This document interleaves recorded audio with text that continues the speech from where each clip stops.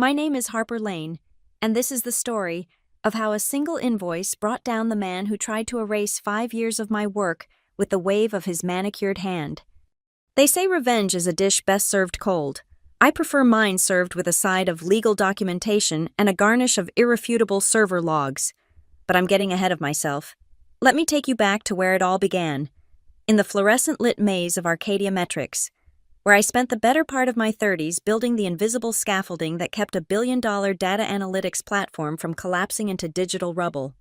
I wasn't what you'd call a typical Silicon Valley engineer. No Stanford hoodie, no TED Talk aspirations, no LinkedIn posts about crushing it or 10x thinking. I was the ghost in the machine, the one who showed up at 11 p.m. when the servers were screaming and left at 4 a.m. when they were purring like well-fed cats. My colleagues knew me as the woman who could make their impossible deadlines possible, who could untangle dependency hell with a few lines of bash script that looked like hieroglyphics to the uninitiated. The old CTO, Marcus Chen, understood my value. He'd hired me when Arcadia was just 20 people crammed into a converted warehouse, back when our biggest client was a regional credit union, and our idea of high availability was keeping a spare laptop in the break room. Marcus never cared that my code comments were sparse or that I preferred email to Slack. He cared that when the SEC came knocking about our financial reporting algorithms, my audit trails were bulletproof. He cared that our uptime exceeded 99.9% because I'd built redundancies into systems most people didn't even know existed.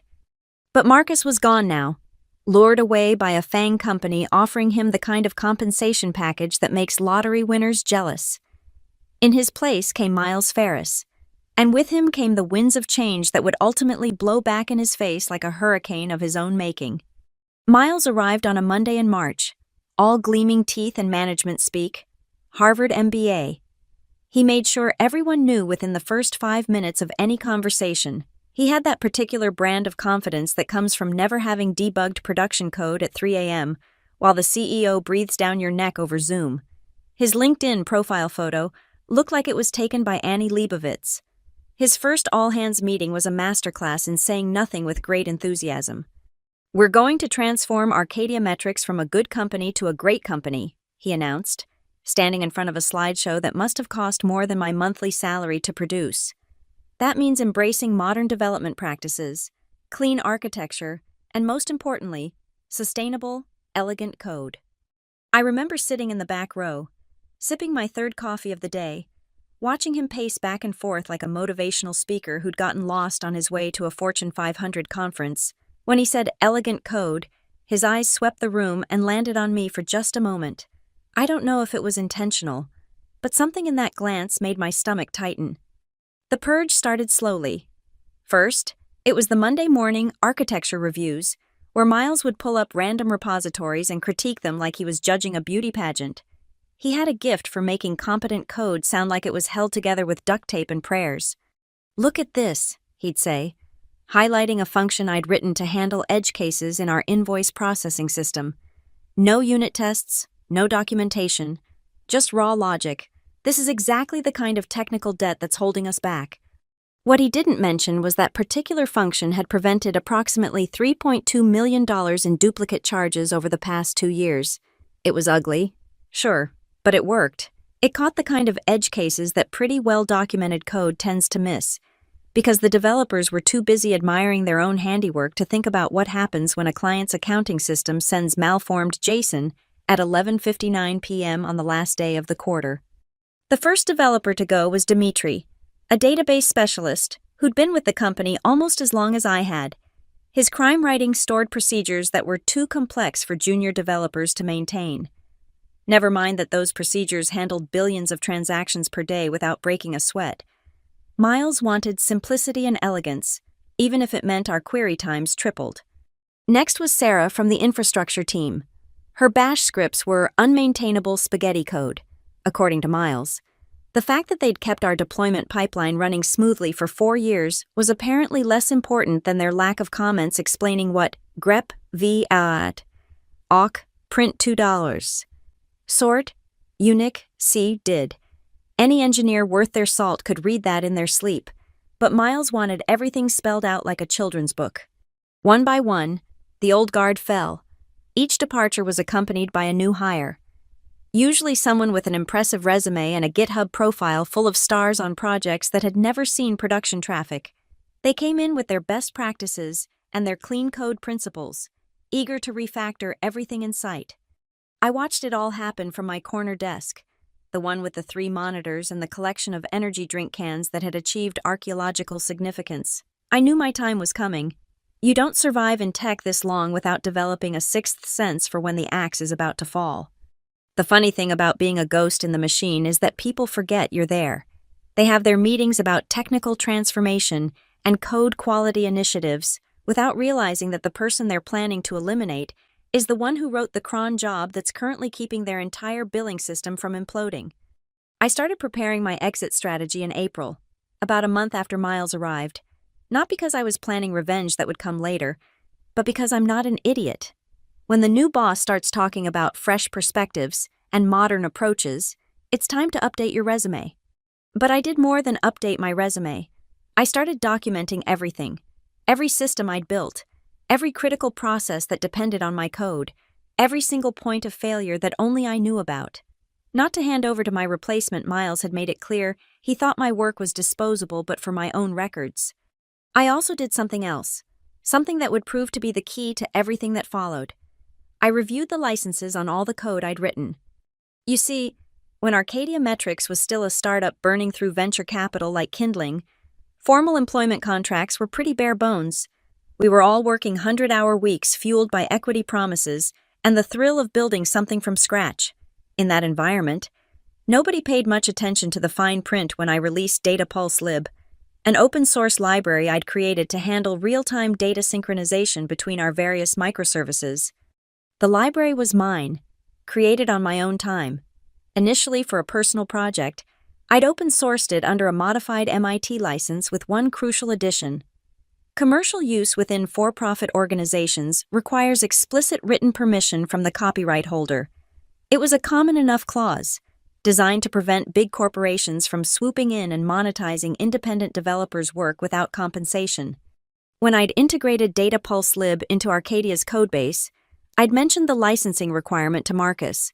He'd waved it off, saying we'd handle the paperwork later. Later never came. Marcus trusted me, and I trusted him, and that had been enough. But Marcus was gone, and trust was a currency Miles didn't trade in. The architecture review that sealed my fate came on a Tuesday in May. The conference room was packed, which should have been my first clue that this wasn't going to be a routine code review. Miles had invited not just the engineering team, but also representatives from product, sales, and ominously, HR. Today, we're going to examine what I consider to be the most problematic area of our codebase, Miles began, pulling up my primary repository on the projector screen. Harper, I'd like you to walk us through your invoicing synchronization module. I stood up, feeling like a defendant taking the witness stand. The code on the screen was familiar. Comforting even.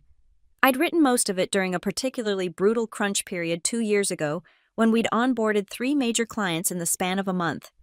This module handles real-time synchronization between our billing system and client-facing APIs, I began.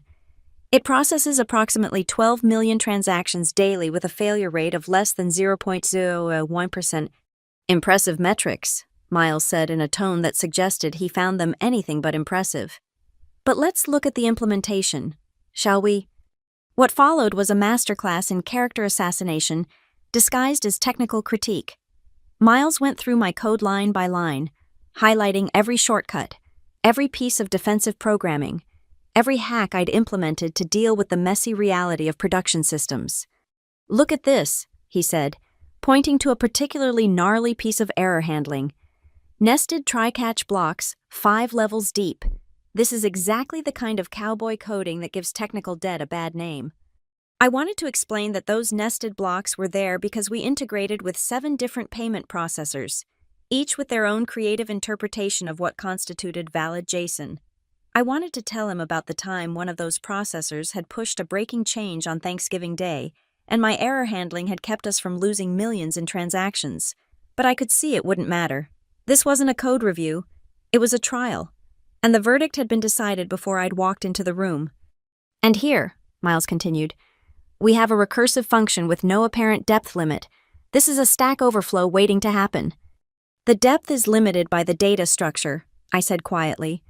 It can't go deeper than 7 levels because of tribal knowledge, Miles interrupted. Undocumented assumptions that only exist in your head. This is exactly why we need to modernize our approach. The review went on for another hour. By the end, you'd have thought I'd been deliberately sabotaging the company rather than keeping it running. The other engineers avoided eye contact. They knew the code worked, had seen it perform miracles under pressure, but they also knew which way the wind was blowing. Harper, Miles said as the meeting wound down, I want you to work with the team on a transition plan. We'll be replacing this module with something more maintainable. I nodded, already mentally packing my desk. Of course. How much time do I have? Let's discuss that offline, he said, which in corporate speak meant HR will be contacting you shortly. The HR meeting came 2 days later. Miranda from Human Resources had the decency to look uncomfortable as she slid the termination paperwork across the table. This is purely a restructuring decision, she said, reciting from some script they probably downloaded from the internet. Your position is being eliminated as part of our technical modernization initiative. I noticed they weren't offering any severance beyond the state-mandated minimum. 5 years of keeping their platform running, and I was being shown the door with 2 weeks' pay and a box for my personal belongings. What about my equity? I asked. Miranda shifted in her seat. Your options are vested according to the original agreement. You have 90 days to exercise them. At current valuations, my options were worth about as much as a used Honda Civic. So much for the startup dream. And my access will be revoked at 5 p.m. today. Please ensure all company property is returned before you leave the building. I signed the papers without argument. There was no point in fighting it there. If Miles wanted me gone, I was gone. But as I walked back to my desk to pack up my things, I wasn't thinking about the injustice of it all or how I was going to pay rent next month. I was thinking about Data Pulse Lib and that licensing clause that everyone had forgotten about.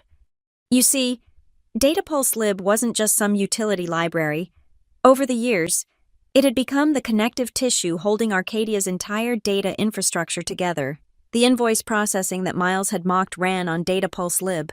The real-time analytics dashboard that sales loved to show off to prospects Data Pulse Lib. The audit trail system that kept us compliant with financial regulations. You guessed it, Data Pulse Lib. And Arcadia Metrics had never, not once in 5 years, requested or received written permission to use it commercially. I spent my last 2 hours at the company doing exactly what they expected, cleaning out my desk, saying goodbye to the few colleagues who weren't too afraid to be seen talking to me, and transferring my personal files off my work laptop. What they didn't see was me carefully documenting every system, every service, every single line of code that depended on my library. The dependencies ran deeper than even I had realized. It was like tracing the root system of an ancient tree, finding tendrils in places you'd never expect. By 5 p.m., my keycard was deactivated, my email bounced, and my Slack account showed the dreaded deactivated tag. I walked out of the Arcadia Metrics office carrying a cardboard box full of conference t-shirts and stale granola bars, looking like every other casualty of corporate restructuring. But unlike most terminated employees, I had a plan.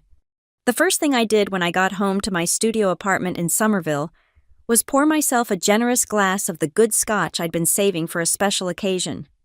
Getting fired didn't exactly qualify as special in the traditional sense, but it seemed appropriate nonetheless. The second thing I did was call Ivy Monroe. Ivy and I had met at a Women in Tech conference 3 years earlier. She'd been presenting on intellectual property law in the age of open source, and I'd been hiding in the back row, attending only because Marcus had insisted someone from engineering should show face at these things. We'd bonded over our mutual disdain for networking events and discovered we had more in common than just our aversion to small talk.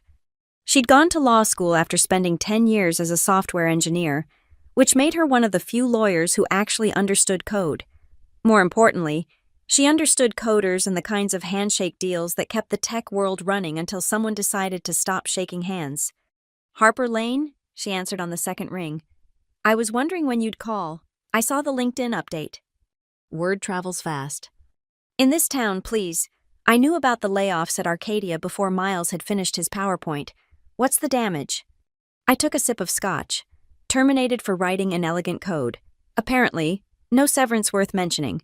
But Ivy, that's not why I'm calling. Oh, I could hear her interest peak. Do tell. Remember DataPulse Lib? Your real-time sync library. The one you're always complaining about maintaining. That's the one.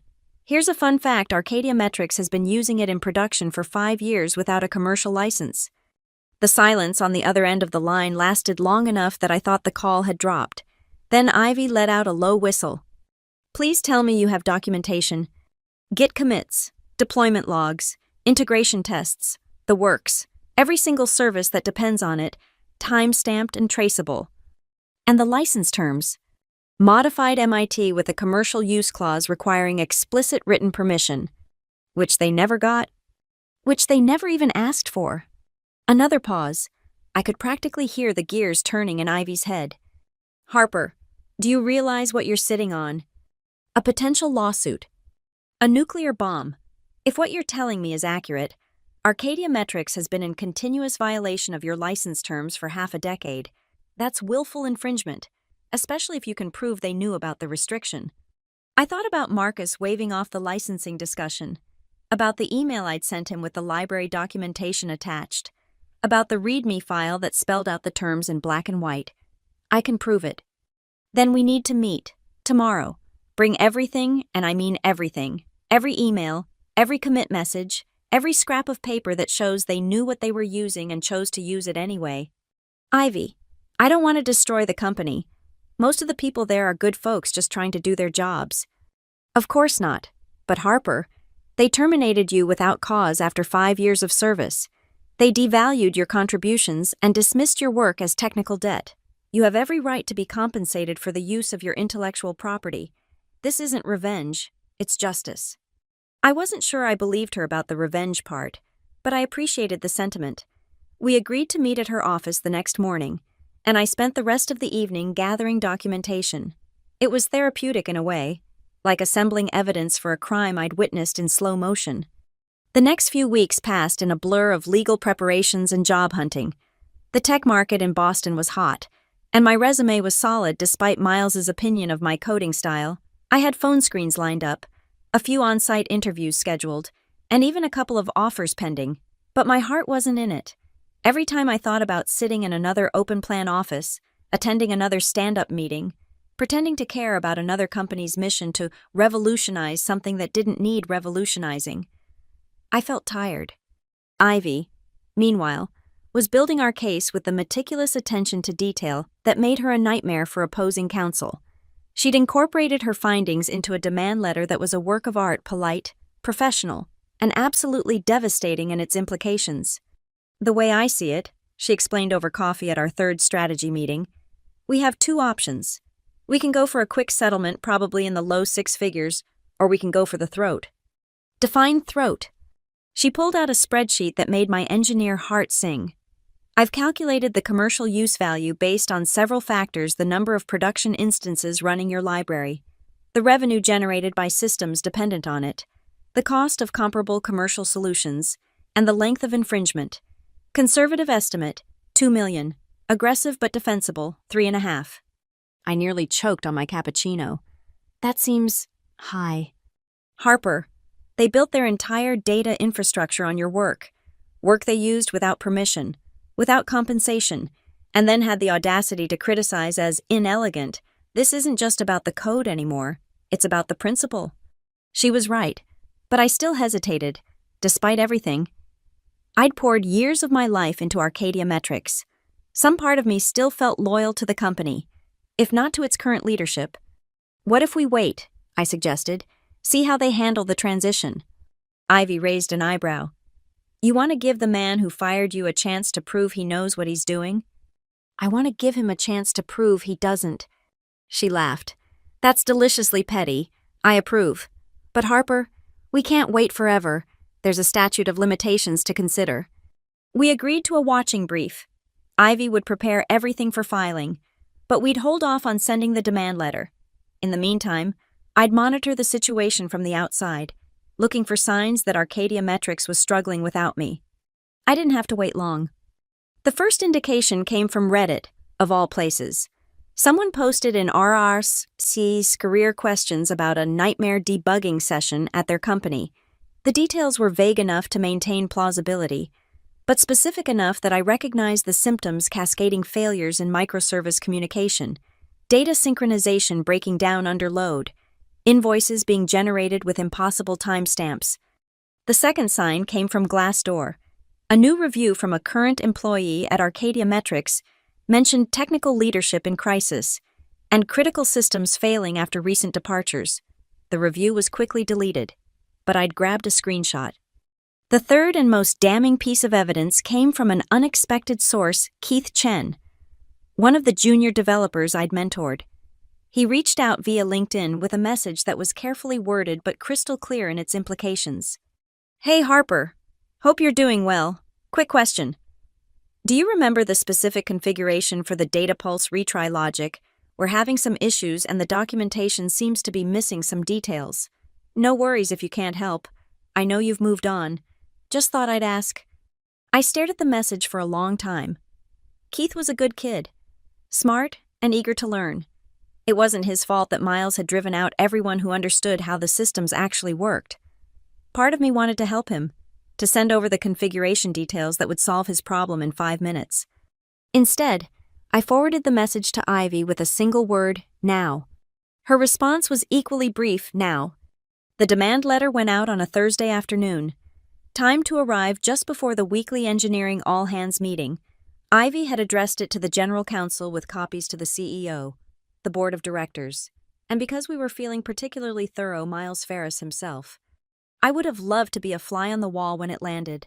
The letter was a masterpiece of legal writing, laying out the facts with surgical precision. It detailed every instance of data pulse lib being used in production, complete with git commit hashes and deployment logs. It calculated the commercial value of the library based on Arcadia's own financial reports. It referenced emails and documentation proving that the company had been aware of the licensing requirements from the beginning. And then, in the final paragraph, it presented the bill $2.5 million for 5 years of unlicensed commercial use, plus immediate cessation of all use of data pulse lib in Arcadia Metrics systems. The ceasefire clause was the real knife twist. Arcadia could pay the $2.5 million and negotiate a go-forward license, or they could stop using the library immediately. Given how deeply integrated data pulse lib was into their infrastructure, the second option would mean essentially rebuilding their entire data platform from scratch. The first response came within 2 hours, a terse email from their legal department acknowledging receipt and stating they were reviewing the matter. The second response came the next morning in the form of a phone call from Ted Morrison, Arcadia's CEO. "Harper," he said, and I could hear the careful modulation in his voice, the sound of a man trying very hard not to panic. "I think there's been a misunderstanding." "Hello, Ted.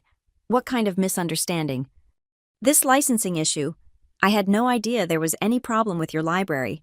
If Marcus made some informal arrangement..." "There was no arrangement, informal or otherwise. That's rather the point. Surely we can work something out. You were a valued member of our team for years.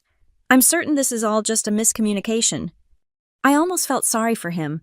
Ted was a decent CEO, a numbers guy who understood the business, but left the technical decisions to his CTO.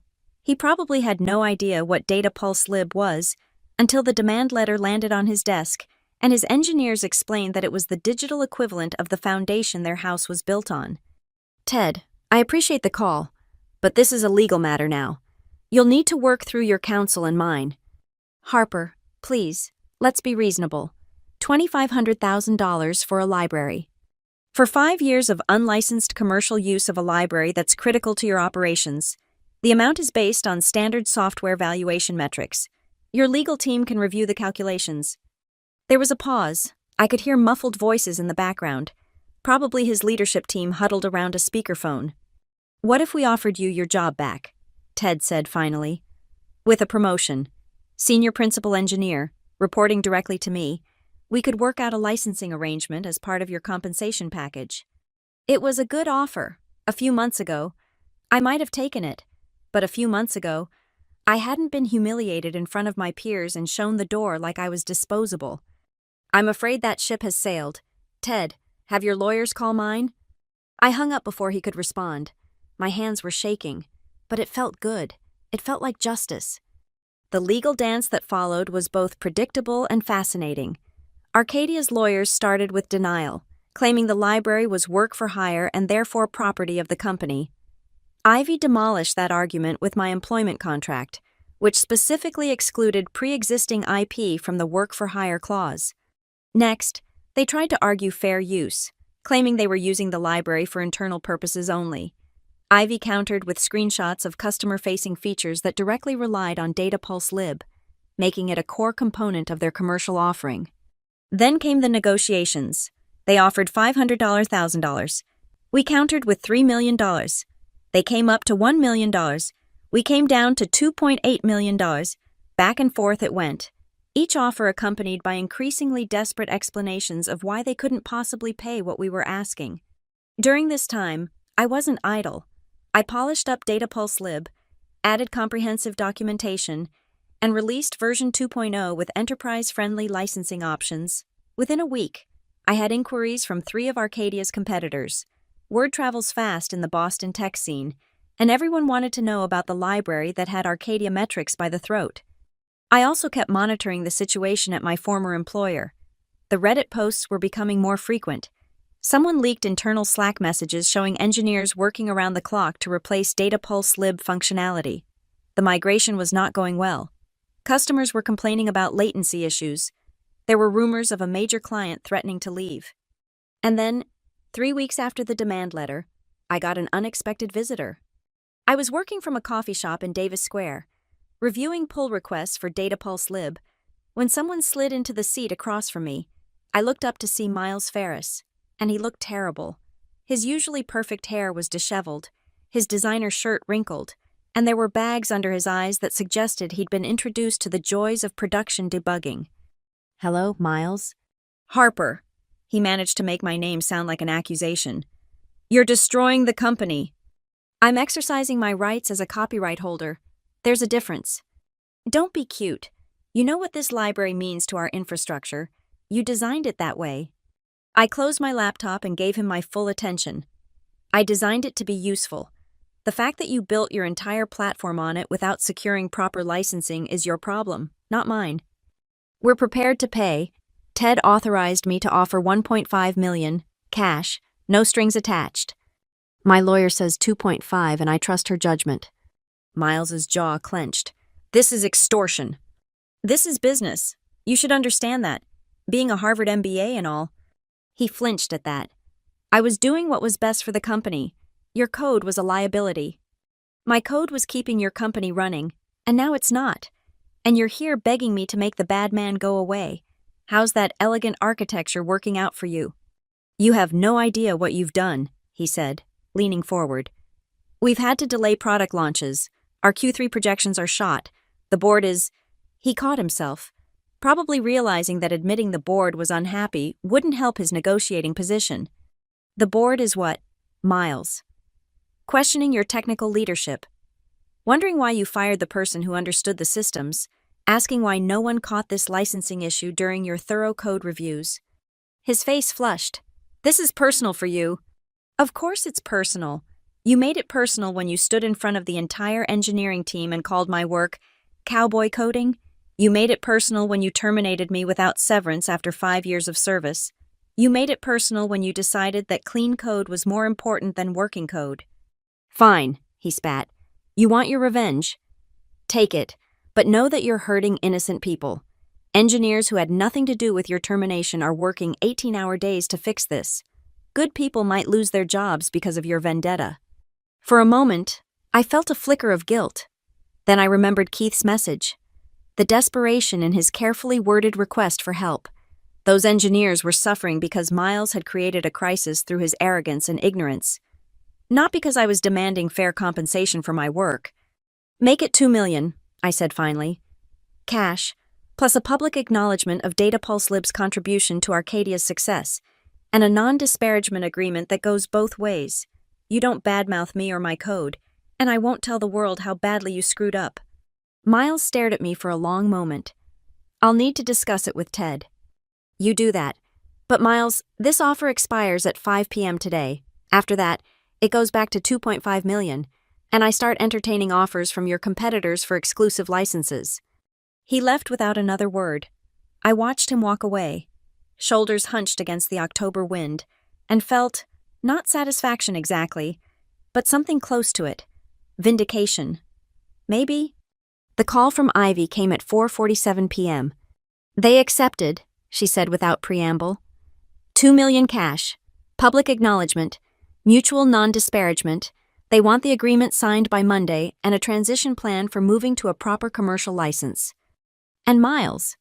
My contact at Arcadia says he's been asked to step back from technical decisions, not fired, but effectively neutered. Apparently, the board was not happy to learn about the DataPulse Lib situation.